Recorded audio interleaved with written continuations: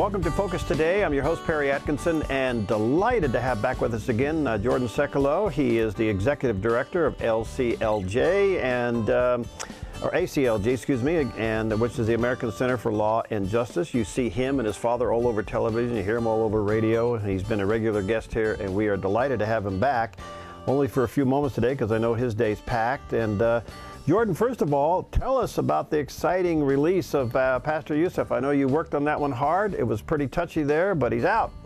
Sure. You know, he was originally released after almost 3 years in jail in September, back on September 8th, 2012. And that was, you know, he had a death sentence hanging over his head. He was acquitted of apostasy, which was the penalty would be death for that. But he was still charged with and convicted of time, and then got time served for evangelizing, evangelizing Muslims. So he was released back in September. He had a 45-day probation. That was the remaining 3 years on his sentence for evangelizing. Now, I'm just reading this off his facts. Obviously, that's outrageous in itself, that it's illegal and a crime punishable that long just to, again, express your religious beliefs and do so openly, which, by the way, in Iran, no one is doing, it's not on the street corner. When they say this, they mean doing it in your own home is evangelizing, that people are coming to you voluntarily. So he gets out September 8th, gets to be reunited with his wife, his 2 young children, the rest of his family and friends.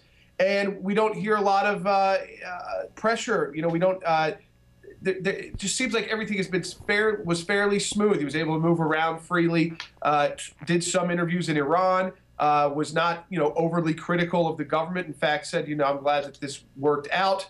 And the ultimate goal there was to, you know, get the death sentence overturned, and that happened, and he was released.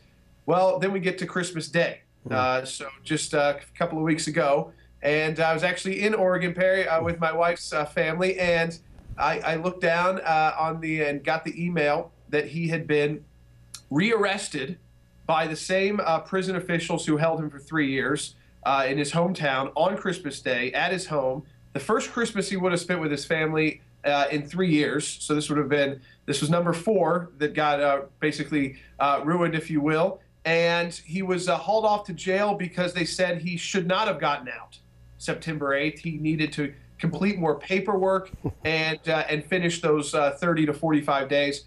But thankfully, this week, Pastor Youcef, after another round of major international attention and pressure on Iran, was released and is back at home with his family. And it seems that this has been handled at the local level, and that's a good thing, because anytime you're rearrested and back in an Iranian jail, things are not good.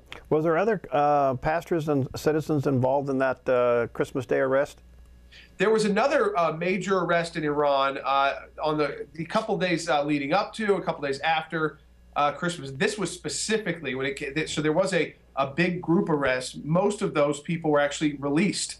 That was what made Pastor Youcef and a few of the other pastors who were in jail in Iran so unique, is that he wasn't released and he was treated like someone who was on death row. Wow. And so his was separate, and he's back at home. And, you know, no surprise. Christmas Day is not a holiday in Iran, but they know what they were doing. And I think they were kind of, again, testing the world to see if even on your holiday, a day that Christians celebrate the birth of Christ, if we will still speak out if we're working. And if anybody remembers, we're ready to go. And this is not uncommon in the persecuted church to see these kind of extra tough persecution around Christian holidays. Well, it's good news. Do you think he's going to come on back to the States, or is he going to stay over and do his work?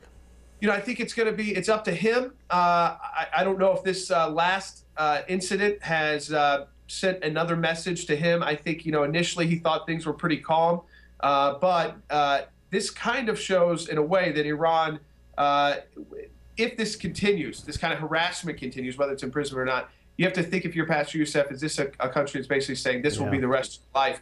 But even if it is, he's the type that, you know, if that's what you feel like your calling is, and that you're able to represent all these people who don't have names out there, don't have this kind of representation, you know, that'll always be up to him, and we'd be ready to, you know, lend our support the best way we can, whatever happens. Well, good news. All right, let's fast forward to the president's now nominated a lot of new cabinet members, and there's some real problems out there. I would assume, Chuck Hagel, you guys are watching that one, and Brenneman on the CIA.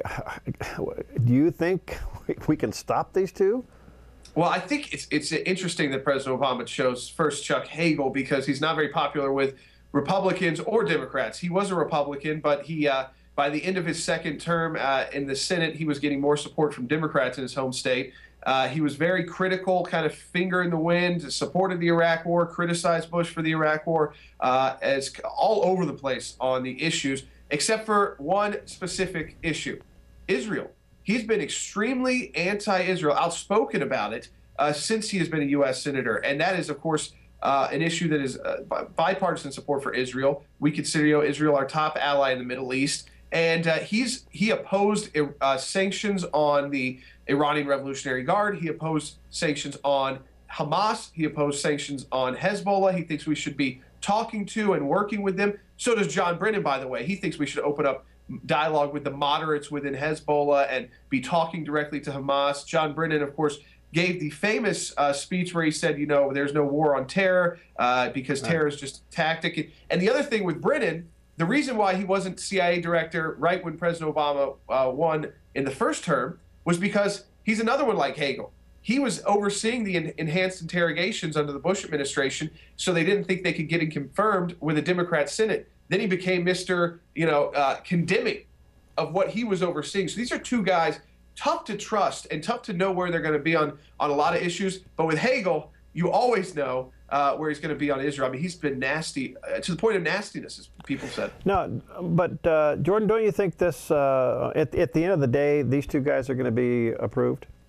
I think Hagel will come down to what he does at these hearings. He's a bit of a prickly guy. So if he is confronted face to face, and there are plenty of veterans that'll be confronting him. So though the media says, well, how can anyone say this about someone with 2 Purple Hearts who served in Vietnam? There's going to be people asking him questions like John McCain, who was on the Armed Forces Committee in the U.S. Senate, who was a POW, right? And people like Lindsey Graham, who was active duty in the Air Force, and they can look him in the eye and ask him tough questions. I don't want to take away anything from his past service, but everyone that's been in the military is obviously not qualified to be the Secretary of Defense, and what they do after they're in the military matters as well. So there will be that intimidation factor, but I think it all comes down to whether or not he renounces this, which is not what President Obama says he supports. But I really think, Perry, when it comes down to both of them, it's going to be close. I think Hagel's probably will be closer, though Senator Lindsey Graham is, from South Carolina said he'll hold the Brennan nomination until he gets the information on Benghazi. Right. So it's going to be a fight. It's going to be close. 6 Democrats would have to peel off, and all Republicans would have to vote against to stop them. So it'll be a tough battle. It's worth having, and I think what it's done really is just shown the American people exactly where President Obama is on these issues. Well, that's exactly where I wanted to go. If you take Brenneman, you take Hagel, and you even take Kerry, isn't that a proof in the pudding, so to speak, that this administration's ideological approach to the world now is more pro-Islamic rule than it is Israel rule? I mean, this is so clear and blatant, I can't even imagine we're tolerating this. Yeah, I mean, of those 3, Kerry would be the staunchest supporter of Israel, and even there, what you'll hear from Israelis, he kind of feels like he knows it all, so he's kind of pushy on the subject, but he's not been like Hagel nor Brennan, who have got this kind of, I think, Arab world obsession. It's been Brennan's career, and that's great. I mean, that's important, and he's had a long career in the CIA. Again, it doesn't matter when you're in a leadership position, though. This criticizing on the one hand and praising jihad as a religious experience, and don't call them jihadists, don't say Islamic terror. Coming out of a guy who said we can't beat terrorism, and he was the overseeing, of course, the counterterrorism.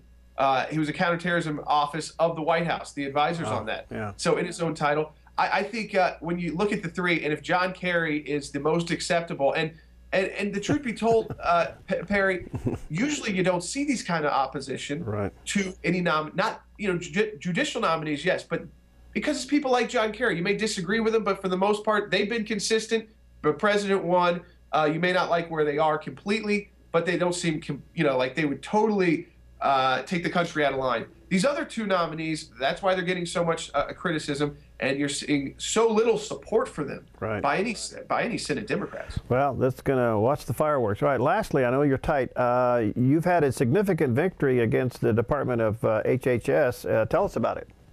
Yeah, people have talked a lot about the Hobby Lobby case because it involves that possible $1.3 million day fine. But we represent a number of businesses like Hobby Lobby, some smaller, but that have challenged the HHS mandate in federal court. And we're 3 for 3. We've actually gotten 3 injunctions against the HHS mandate in the 7th Circuit, the 8th Circuit, and at a district court as well. And these are all private businesses, so similar. They're not religious organizations. Most of those cases, Perry, the nonprofit world, are on hold until we get a, quote, final rule on the exceptions and exemptions for those kind of organizations from HHS later this year, probably early summer. And so these cases are going to move forward. And what you have to remember is, though, the media will focus a lot on Hobby Lobby because it's one of the bigger companies that have lost. Domino's got an injunction, and that's, of course, a huge company as well. So when you look at it, we're winning more of these cases than losing. We're getting more injunctions than we're not, and I think it's going to have a real impact on I think it'll end up at the Supreme Court, likely, but the way these cases are going, if you're the Department of Justice and you're looking at saying, okay, we're losing here, we've lost here, we get an injunction here, you may say, let's rewrite this policy again. Wow. And so that's always the goal, is you want to do as much as you can. You don't want to have to go all the way to the Supreme Court if you don't have to.